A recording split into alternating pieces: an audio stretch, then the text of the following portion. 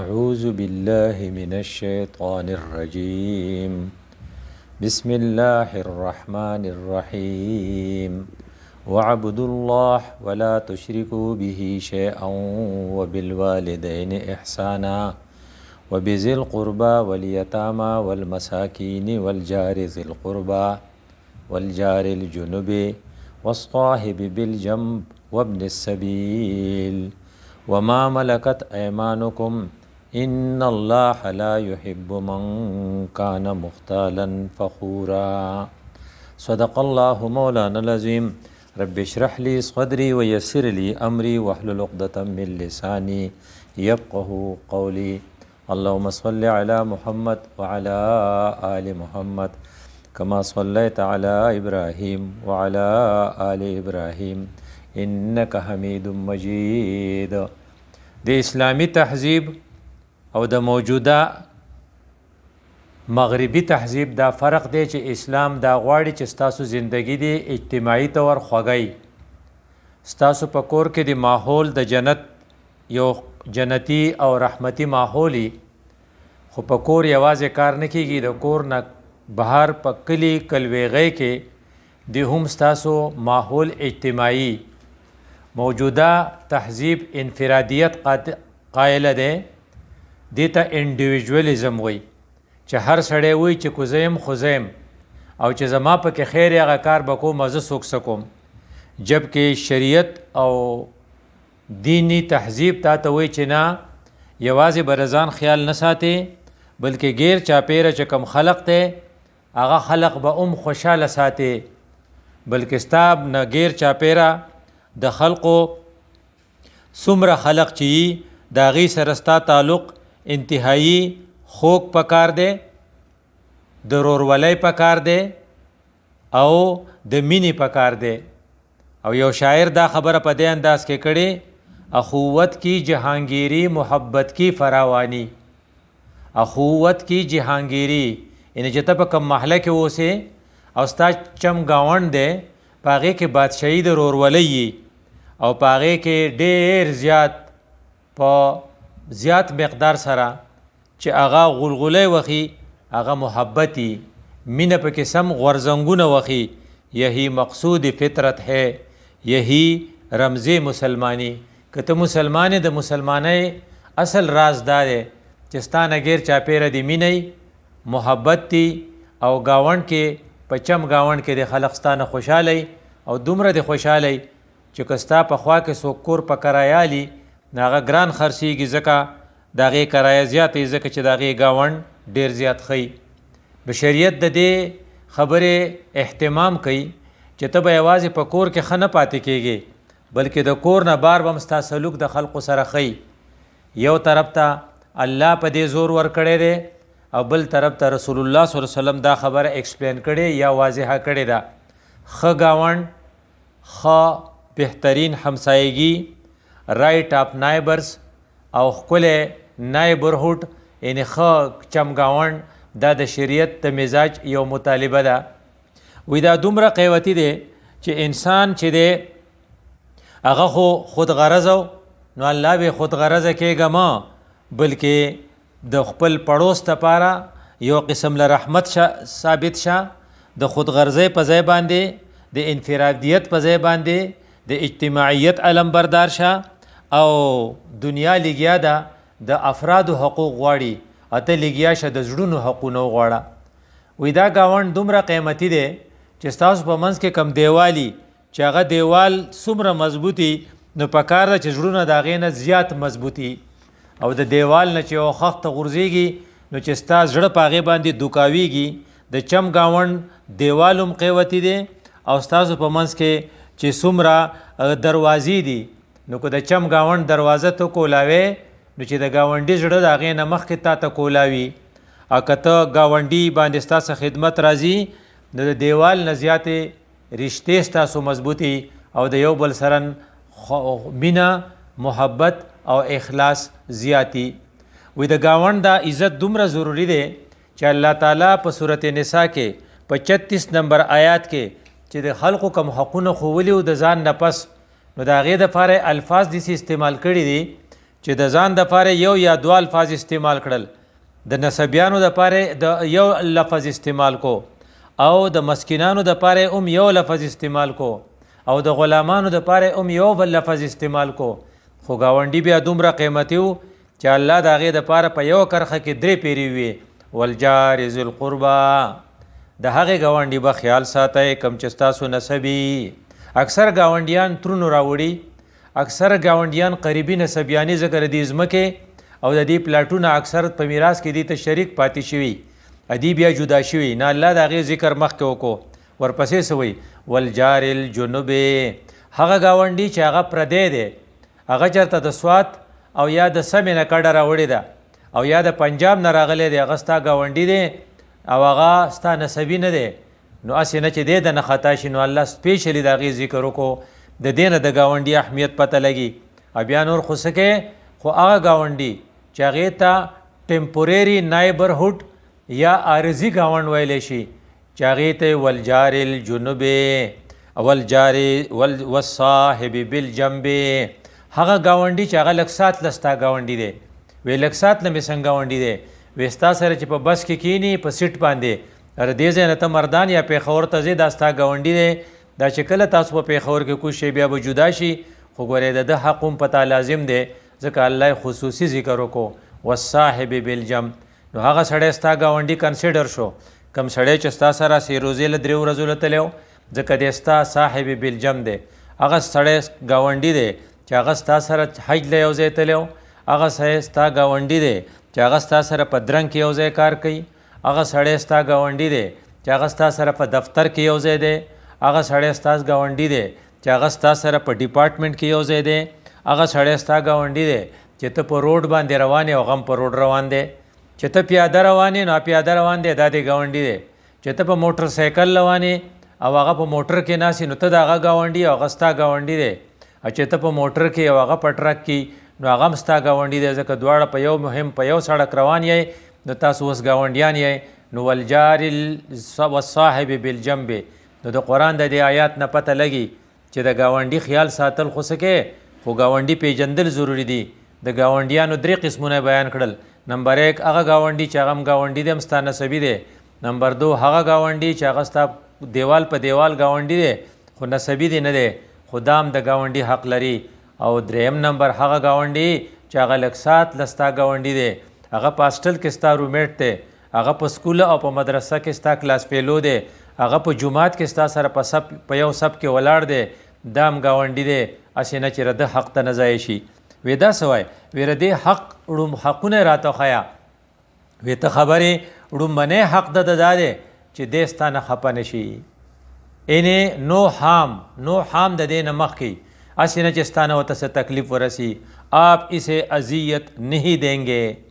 نو اذیت چې کوم قسمونه دي هغه قسمونه په ذهن کې ساتو.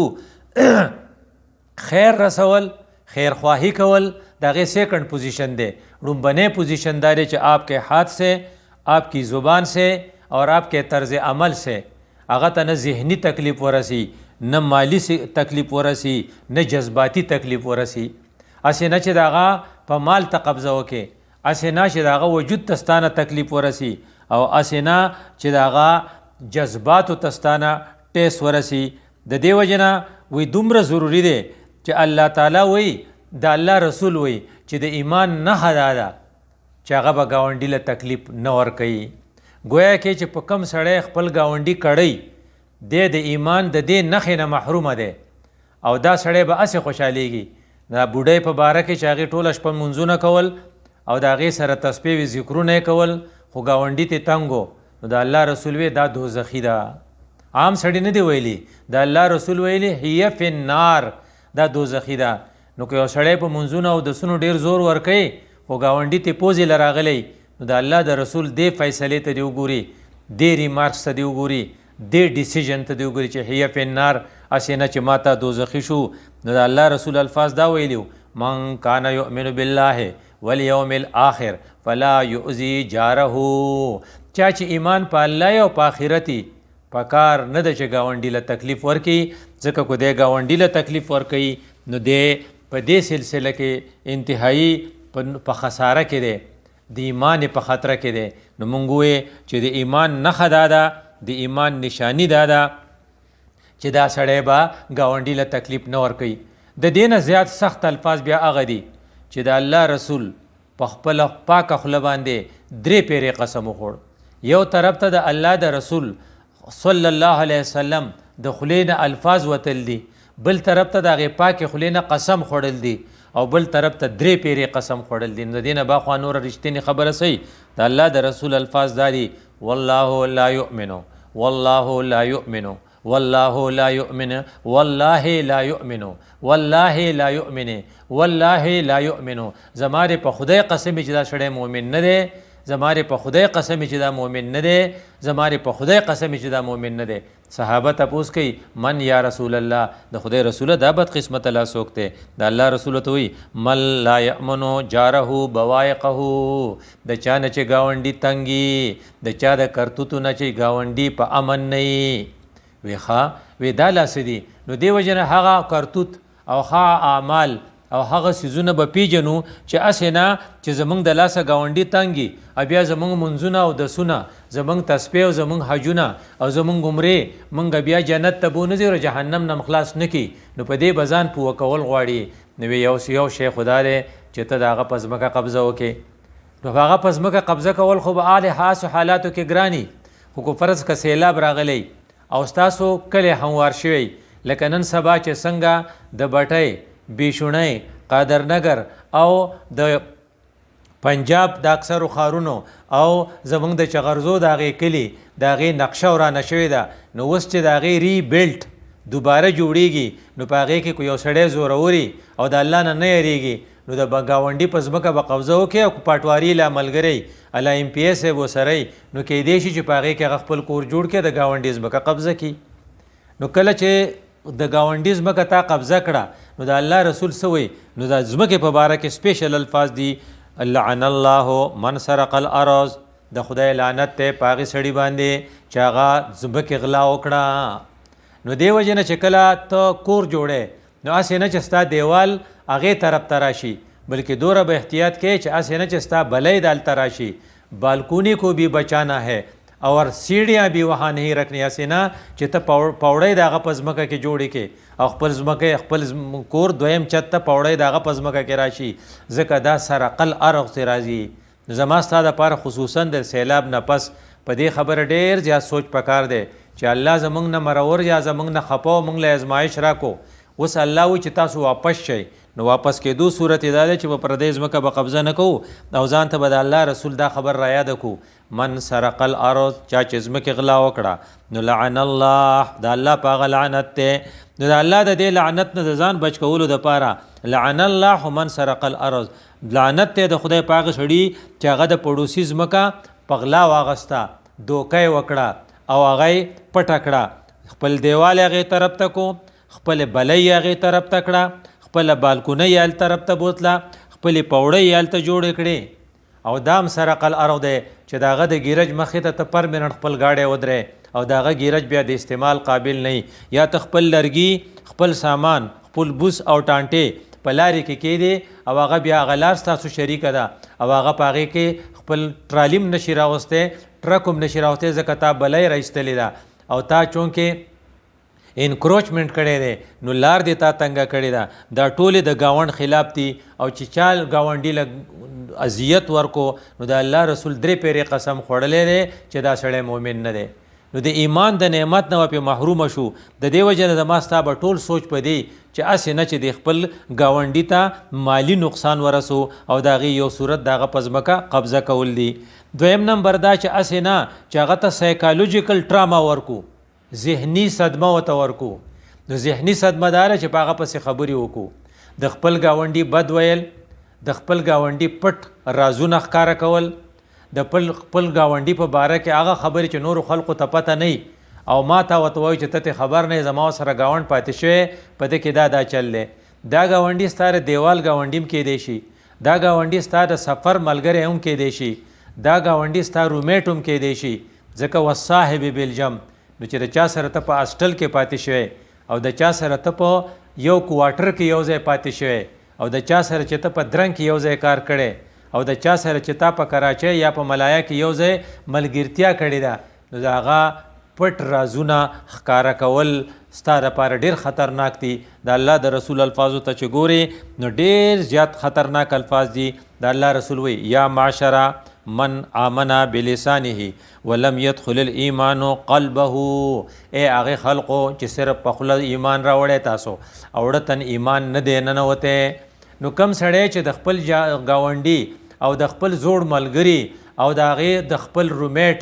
او د خپل ډیسک پیلو او د خپل کلاس پیلو زاړه ورانی خلقو ته ځای په ځای بیانوي نو د دې سړي غالبا په ژبه ایمان دی او ایمان یې ړته نه دی ننوتی. ځکه د الله رسول وی لا تغتابوا المسلمین ولا تتبعوا عوراتهم، د مسلمانانو خو غیبت هم مه کوئ، هغې ته ته کوم داسې ضرورت دی او د هغې په پټو نقصانونو پسې لګئ ما چې خدای د خلقو خدای په پردې را چولی، خلق ته خبر نه دی خو ته ځای په ځای لګې خلق ته خبرې نو ته خبرې الله دومره غیرت کوي په دې باندې. فإنه من تتبع عورت اخیه المسلم، یاد ساتئ دا خبره یقیني ده چې څوک د خپل ورور په پټ غیب پسې شو، ته خبر نه ما ته پته ده چې د په ملایا کې څه کړو، ته خبر نه ما ته پته ده چې د په کراچۍ کې زموږ سره د څه کړو، ته خبر نه د ما ته پته ده د زموږ سره پاسټل کې د څه کړو، اته نه دی خبره ته خبره تا دا کار وکړو نو ته خبرې چې پتا پسې څوک پسې شو تتبع الله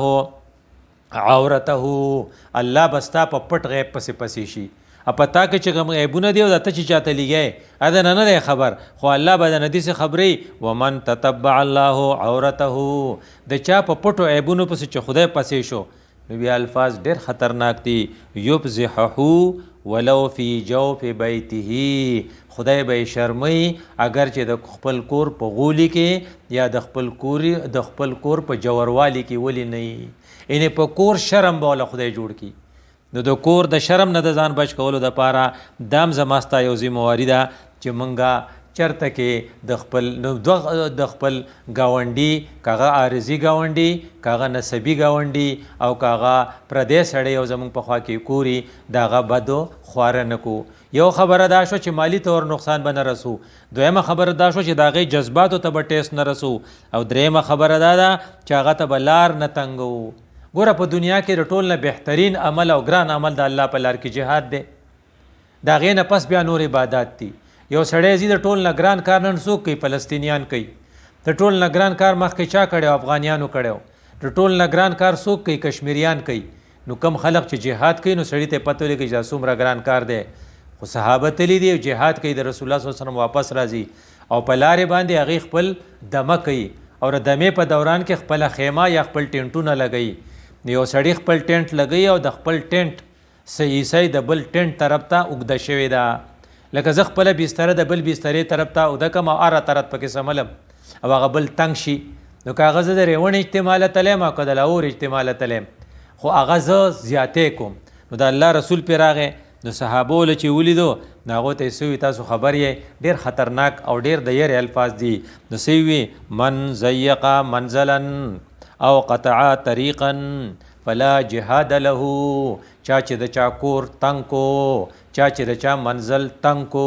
چا چې د ځان د ملاستې ځای تنګ کو، چا چې د چا د ناستې ځای تنګ کو، یې ورته لار تنګه کړه نو د ده جهاد نه قبلیږي. اوس ګوره څومره ګران کار و جهاد. هغه جهاد قبولیت په دې ډیپینډ کوي چې ستا سره کم ملګری دی نو که تاسو حج له یو ځای تللی یئ او په مینا کې ستاسو شپی او په مینا کې تر هغه په ځای قبضه وکړې او غریب تنګ او ته اره تارت پرېوځې او خپې وغځې او یا ته په سب کې داسې اره تارت ودرېږې چې بل سړی تنګ کې نو دا ستا چې د هغه جهاد نه قبلیږي نو غالبا ستا مونځ هم نه قبلیږي او ستا حج هم نه قبلیږي. د الله رسول ډېر د یرې الفاظ ما تا ته وایي. د دې وجه نه چې کوم اذیت مونږ خلقو له ورکو او عارضي ګاونډي له زمونږ ډېر ظرفیتي ډېر تکلیف ورکو، په هغې کې یو دا دی چې موږ د ټریفک د قوانینو خلاف ورزي کوو. ټریفک موږ ته وایي چې کله سپایي تا ته لاس ووایي چې ودرېږه نو بیا ودرېږه، خو که ته راځې نو بل دا غاړې راځي نو د بل حق وخې نو دا سړی چې په روډ روان دی او تم په روډ روانې نو دا ستا عارضي ګاونډي دی، دا صاحب بالجم دی، نو دله تا نقصان ورکو اذیت ته وکړو او د الله رسول 3 پیرې قسم کړی چې ته ګاونډي له اذیت ورکې نو ایمان دې نشته. نو د ټریفیک د قوانینو خلاف ورزي دا هم یو خطرناک عمل دی چې اکثر منګه کو او دا غي قسم دی رانګ سایډ باندې اورټیک کول چې کله ټرک رواني نو ته به د خي طرف دا غنه آلو مخکې کېږي چې مخکې ته لایټ کلیري خو که ته په دې چپ طرف مخکې شي او دا غاړې د باندې بل یو شی راشي او بیا تا واچي نو دی وجه نه دا په رانګ سایډ باندې اورټیک کول دام د گاونډي حق وخل دی چې دا ستا په ذهن کې او دریم سیګنل چې کله په سیګنل لګېدلی سره بتی او تا غ سره بتی کراس کې نو دا ستا غارزي ګاونډیان دی په دې روډ باندې دا په هر چوکي کو سواړی چوکي کو د منګورې چوکي او کاغه د پیښوره که د کراچۍ چوکي خو چې کله سیګنل رایټ دغه چې دی سور لایټ چې دی هغه آن شو ریډ لایټ آن شو نو بیا چې ته کراس کې نو دا ته په حقیقت کې ګاونډي ته اذیت رسې او تا بره واورېدل چې اذیت رسول څومره نقصان دی او بیا دام دا چې یو عامه لار ده او ته پکې ماسخوتن تر ناوختې پورې ناسې او خپل ملګري دې راوستي او گپ شپ لګوئ او هلته کې مې زنانه ځي نو هغوی تنګې وي بیا سړي ناستي نو غیر قانونی طور پر رستوں میں بیٹھک رات دیر تک وہاں بات چیت کرنا دام دی گاونډي له تکلیف ته د مخلې ټولې زنانه وي یار وی هلته سړي ناستي نو که هغه ته وایي چې پاسې نو وی کم ځای کینو نو پر دو لارو کې کېناستل په دړو باندې تر ناوختې پورې خبرې کول دام یو قسم له گاونډي ته اذیت رسول دي دام گاونډي ته اذیت رسول دي چې ستاسو د هغو کور په منځ کې لار ده او ته هلته خزله راړتاوه کې ته هلته خشاک راړتاو کې ته هلته د خپل لیټرین پایپ آن کې ته د غسلخانې اوبه راپرېږدې او په دې وخت کې یا ته فروټ دې خوړلي او د کیلې پوستکې راړتاو کې دا ټول څیزونه چې دي دا ته ګاونډي له تکلیف ورکې او ګاونډي له تکلیف ورکول انتهایی خطرناک خبره ده که ته په ټرین کې په بس کې او یا په فلاینګ کوچ کې ناستې او ته سیګرټ ولګې نو ستا سره چې په سیټ کم کسان ناستي دا ټول ته د دې اذیت رسیږي که ته ټلیفون باندې په زوره زوره خبرې کې او د دې ځای نه چېرته لا جنګ دي شي او لا کنزل پکې کې نو دا ستا سره چې په سیټ کم کسان ناستي دا غریبانان تنګ دي تا ته څه ویلی نه شي دي له تا اذیت ورکې او تا ته پته ده چې ګاونډي له اذیت ورکول انتهایي خطرناک دي که تا لا پان خورې او د اسخا خوله دې نیولي او د هغې نه لا پکې خبرې کې او له هغې له توقاڼې راځي او که نه تا نسواري او د نسوارو دا چونډې دې په خوله کې پروتي او د هغې نسخا بوی راځي او که ته بدقسمته سیګرټ والی او ته سیګرټس کې دا ټولې خبرې چې دي دا ته ګاونډي ته نقصان رسې وی دې ګاونډي سره به ښه څه کوو وی د ګاونډي سره ښه دا دي د خیرخواهي دا پازیټیو خبره ده نیګیټیو خو وشوه چې اذیت په ورته نه رسې او د اذیت ټول قسمونه بیان شو نو ښه خبره دا ده چې خیر ورته رسې نو د هغه سره به د احسان معامله کې نو هغې دپاره رسول الله صلی الله ویلي دي من کانا یؤمن بالله والیوم الاخر فلیحسن الی جاره کم سړي چې په الله په قیامت یقیني نو هغه له پکار دی چې د قیامت د ورځې د ګټې دپاره دا ټارګېټ کړي چې د ګاونډي سره به د احسان معامله کوم احسان لفظ ځکه ویلی دی چې انصاف دې ته وایي چې ښه کوي ته ښه کوه انصاف دې ته وایي چې هغه د لنګولې راولېږي ته وله ولېږه احسان دې ته وایي چې که هغه رالیږي که نه رالیږي ته وله لېږه د هغه حق ادا کوه اگر چې هغه ستا حق نی ادا کړی او د هغه غلطي هغه ته معاف کوه او د هغې دپاره ډیټیل چې کوم رسول الله صلی الله علیه وسلم حضرت علي صاحب ته ویلی په هغې الفاظو کې لوی خیر دی د حضرت علي ته رسول الله صلی الله علیه وسلم چې کوم الفاظ ویلي عفو من ظلمک که ستا سره لږ زیاتې وکړو نو وایي زه به خیر دی معاف که هغه څوک چې ستا سره ظلم وکړي نو ستا سره زیاتې کړی او واقعي چې زیاتې او ټول خلق ورته زیاتې وایي خو ته ووایه چې زما ګاونډي دی زه به خیر دی ورپسې بیا څه وایي وصل من قطعک که هغه ستا سره ورانه کړي تا ته خیرالي نه وایي ته ورته خیرالي ووایه که هغه تا ته په لارې کې سلام نه کوي ته ورته سلام وکړه که هغه ستا غم خادي نه کړي د هغه غم خادي وکړه که هغه تا ته د چی پان ست نه کړی ته ورته وکړه که ستاسو لینټر هغه خچارې له نه راغلی چې د هغې لینټر نو خچارې له لاړ شه که د هغې اشر او غوبلې د هغې کې خپل کنټریبیوشن وکړه د هغه قبر ګټې له لاړ شه اگر چې ستا قبر ګټه هغه نه کوي نو سل من قطعکا دا ګولډن پرنسپل دی دا سنهري اصول دي د سرو زرو نه ډکې خوږې خبرې دي چې الله خپل وراره او خپل د تره زوی او خپل زوم رسول الله صلی الله علیه وسلم حضرت علی رضی الله عنه ته کړیو رسول الله صلی الله علیه وسلم حضرت علی ته نصیحت کوي عفو من ظلمک وصل من قطعک واحسن الی من اساء الیک به کلیر کړی دا چې کم سړي ستا سره بد کړی ته وتلی وې خیرالۍ درته نه ویلي ستاسو وادو په عین موقع باندې ته په ډاګه پرېښی وې خو چې کله د هغو واده د هغه وي د هغې سره احسان وکړه سپیشلی د خلقو سره چې هغه ستا سره بد کړي وقل الحق ولو علی نفسک او حق خبره کوه اگر چې تا ته په هغې کې تکلیفي حق خبره عین ته خپل چې غلطي ومنه وای دا زما غلطي وه نو جګړه به ختم شي وای زه خطا شوم نو جګړه به ختم شي نو اگر که تا ته پکې نقصاني خو خپله غلطي که ته ومنې نو خیال به ساتې یو طرف ته ستا ګاونډي د محلې ګاونډي دی بل طرف ته ستا ګاونډي د ځمکې ګاونډي دی بل طرف ته ستا ګاونډي هغه ستا د سیټ او یا ستا د ګاډي یا د ټریفک ګاونډي دی او یو بل ګاونډي په قومي حیثیت سره ستا ملکی ګاونډي دی لکه افغانستان د پاکستان ګاونډي دی افغانستان والا یو طرف ته ستا ګاونډ دی یو طرف ته د مغرب ګاونډ دی یعنې د قبلې ګاونډي دی بل طرف ته مسلمان دی نو د هغه سره انتهایی کوشش کو چې ستا سره جنگ را نشي کوشش کوه چې بردباري وکې ځکه افغان قوم او پاکستانی قوم د یو بل سره جنگ نه غواړي حکمرانان د چا د وجې نه که جنگ جوړی نو قوم ملګری نه دی د قوم شپه ورځ دواګانې دا دي چې خدای پاکه د افغانستان او د پاکستان جنگ جوړ نشي ځکه دا زمونږ ګاونډیان دي موږ به د هغې سره هم د احسان معامله کوو او موږ به عدل کا بدله نه که هغې بد کړي موږ به ښه کوو د هغو هم دا خیال پکار دی چې وایي چې که پاکستانیان بد کوي نو موږ به ښه کوو او د پاکستانیانو هم دا خیال پکار دی چې که افغانیان بد کوي نو موږ به ښه کوو ځکه چې هغې مسلمانان دي او زموږ د قبلې ګاونډیان دي اقول قولي هذا استغفر الله لي ولکم ولسائر المسلمین